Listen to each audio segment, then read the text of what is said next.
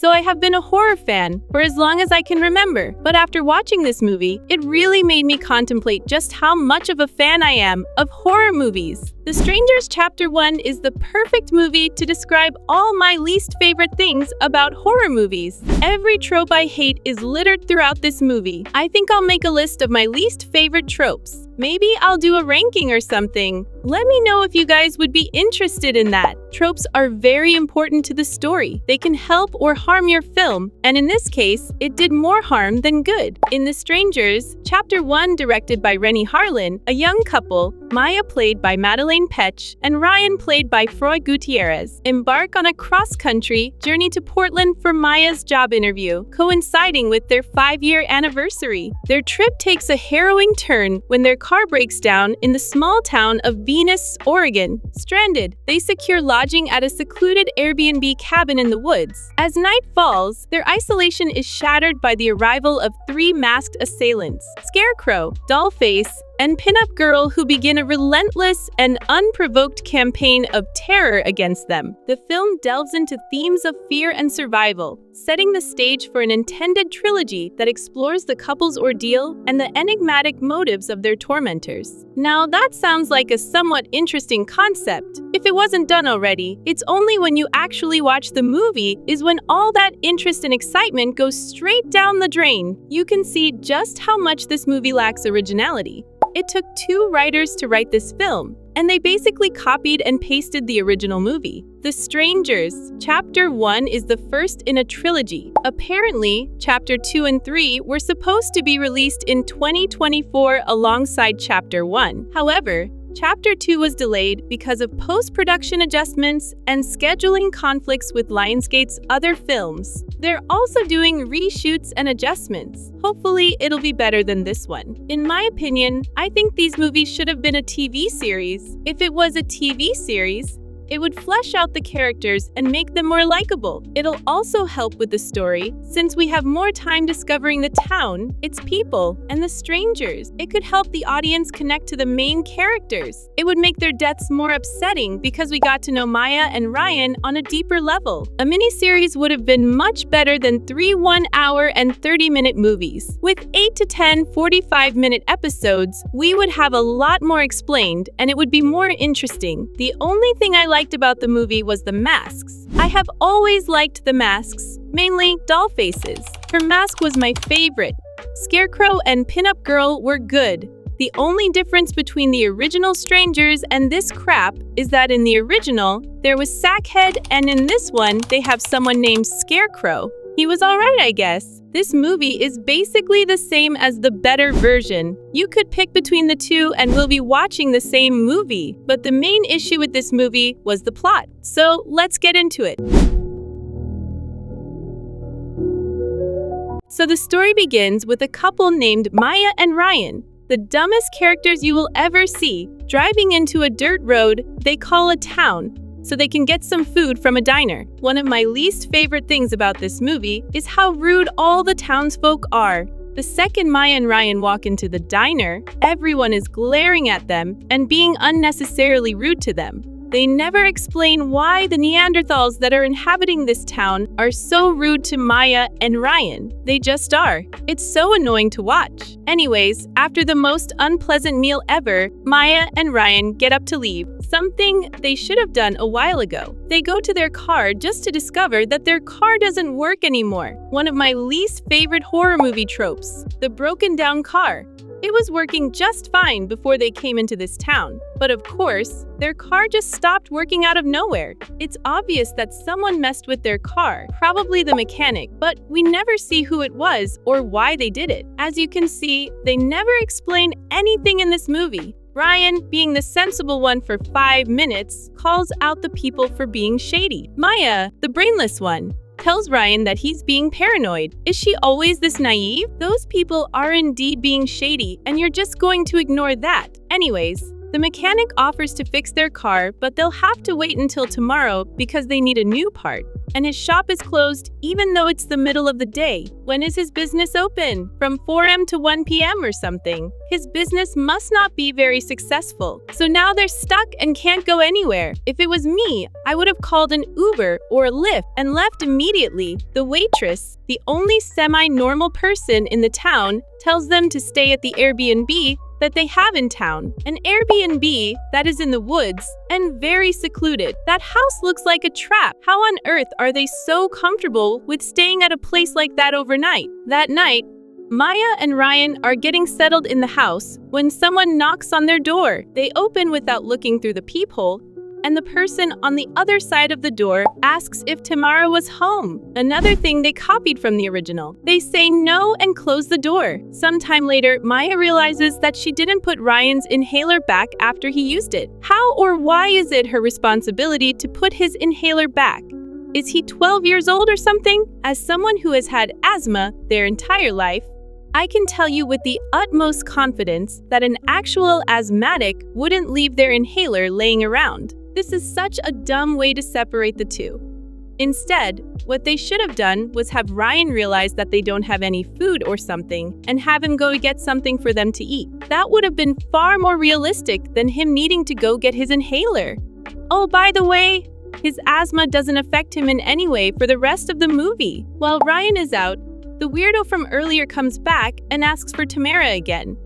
This woman is obviously deranged and harassing them, but Maya doesn't think to call the police. I wouldn't be comfortable being in that house alone with this bizarre lady walking around. But she doesn't think to do that. Maya is also stalked by Scarecrow and Dollface. Ryan returns and finds Maya hiding in the closet. She tells him that there is someone in the house.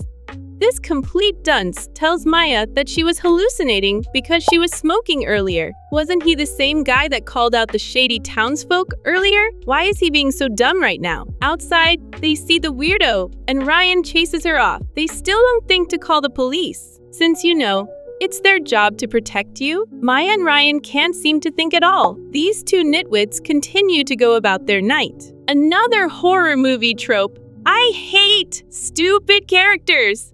They're hard to follow because I can't see the screen whenever I roll my freaking eyes. While eating, Maya and Ryan find a dead chicken hanging from the ceiling. How did they not smell that? Even in a room that size, the chicken would have stunk up the place.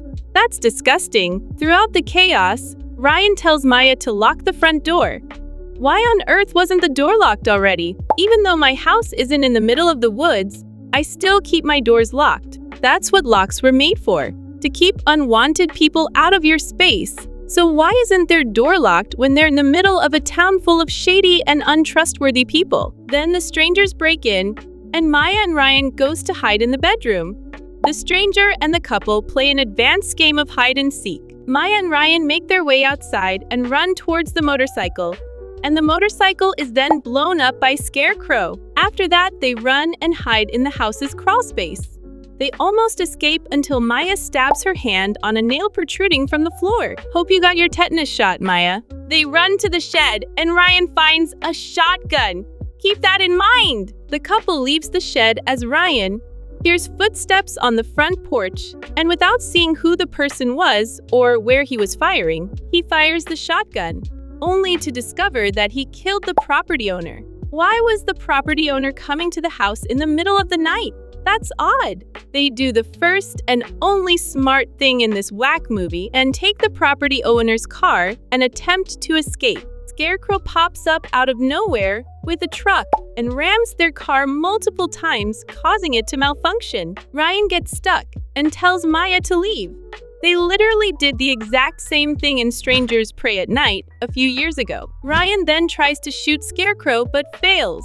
Scarecrow then runs into the woods. While hiding, Maya tries to call 911, something she should have done hours ago. While stumbling through the woods, Maya finds the decaying corpse of the moron from the cold open whose name is Jeff or something. Maya tries to escape, but is knocked out by Dollface and captured. Ryan holds Pinup Girl at gunpoint and demands to know where Maya is. And this brain-dead simpleton does not think to shoot her and move on. If you shoot her, Then it will be one less of them and more fair for Maya and Ryan, since it'll be 2 versus 2. But, like I said, Ryan is a moron. Scarecrow comes up behind him and knocks him out. Also, while he was running through the woods, Ryan trips and falls, and he hurts his ankle. Yet another horror movie trope that I hate. Instead of Ryan tripping and falling like a dunce, what they should have done was have one of the strangers injure his leg. It would have been much better and more terrifying than having him conveniently tripping and hurting his ankle. Maya and Ryan awaken tied to chairs back in the house.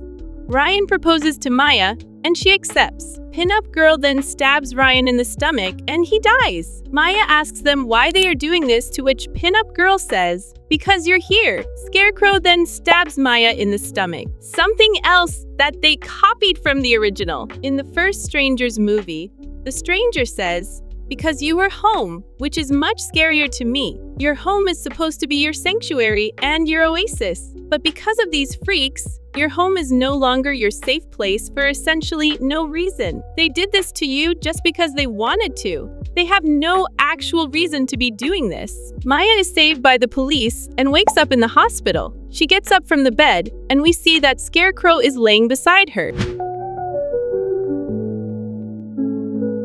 Wow, this movie was dumb. According to the director, these movies aren't supposed to be interpreted as a remake or a reboot. Could have fooled me. The similarities between the two is apparent to me. It's okay to be inspired, but to essentially make the same movie is a completely different story. I would have loved to see a different interpretation of The Strangers. Instead of the story being set in the woods, maybe the main character is being stalked by the stranger at their jobs, like at an office building, by a disgruntled employee or something of that nature. I don't know, just something other than being stalked and killed in a house in the middle of the woods. I feel like the movie did a poor job at introducing the characters to us. We don't really know Maya and Ryan. The only thing we know about them is that they've been together for 5 years and that they're pea-brain morons. Oh, and that they lack situational awareness. Or at least Maya does. They were infuriating to follow. Now, I know that there were some people saying things like, well, if the characters weren't dumb, then the story wouldn't move forward, and that you never really know until you find yourself in that situation. To which I think is a stupid thing to say because 1, the character does not need to be dense and foolish for the story to progress. There are multiple examples of competent characters making smart decisions and the movie working just fine. Some examples I can think of are Grace from Ready or Not, Aaron from You're Next, Ripley from Alien, Sydney Prescott from Scream, Laurie Strode from Halloween, the characters from The Thing. Your main characters does not need to be an imbecile in order for your movie to progress. Bad writing is the reason for your characters being dumb. And 2, there are people in real life who have found themselves in a similar situation who came out much better than they did. You can find many stories of break-ins or things of that nature where the victim survived. A literal grandma beat up her own attacker who was sent to kill her. So these 2 able-bodied and much younger people should be able to handle them. And they had a shotgun, and they still didn't think to use it. Well, that is my review of Strangers. Chapter 1. I will do a review of Chapter 2 and 3 if and when they come out. This took such a long time. My computer froze and I had to restart it. And then my script was all gone because it didn't save to my computer, which ruined my day because I had to do it all over again. It was 8 pages long too. Anyways, I have hours of editing ahead of me, so I hope you guys enjoyed this review. I'll be uploading a new episode of Dasaria, Unfiltered, next Wednesday, as well as uploading a new review next Friday. See you guys then. Bye!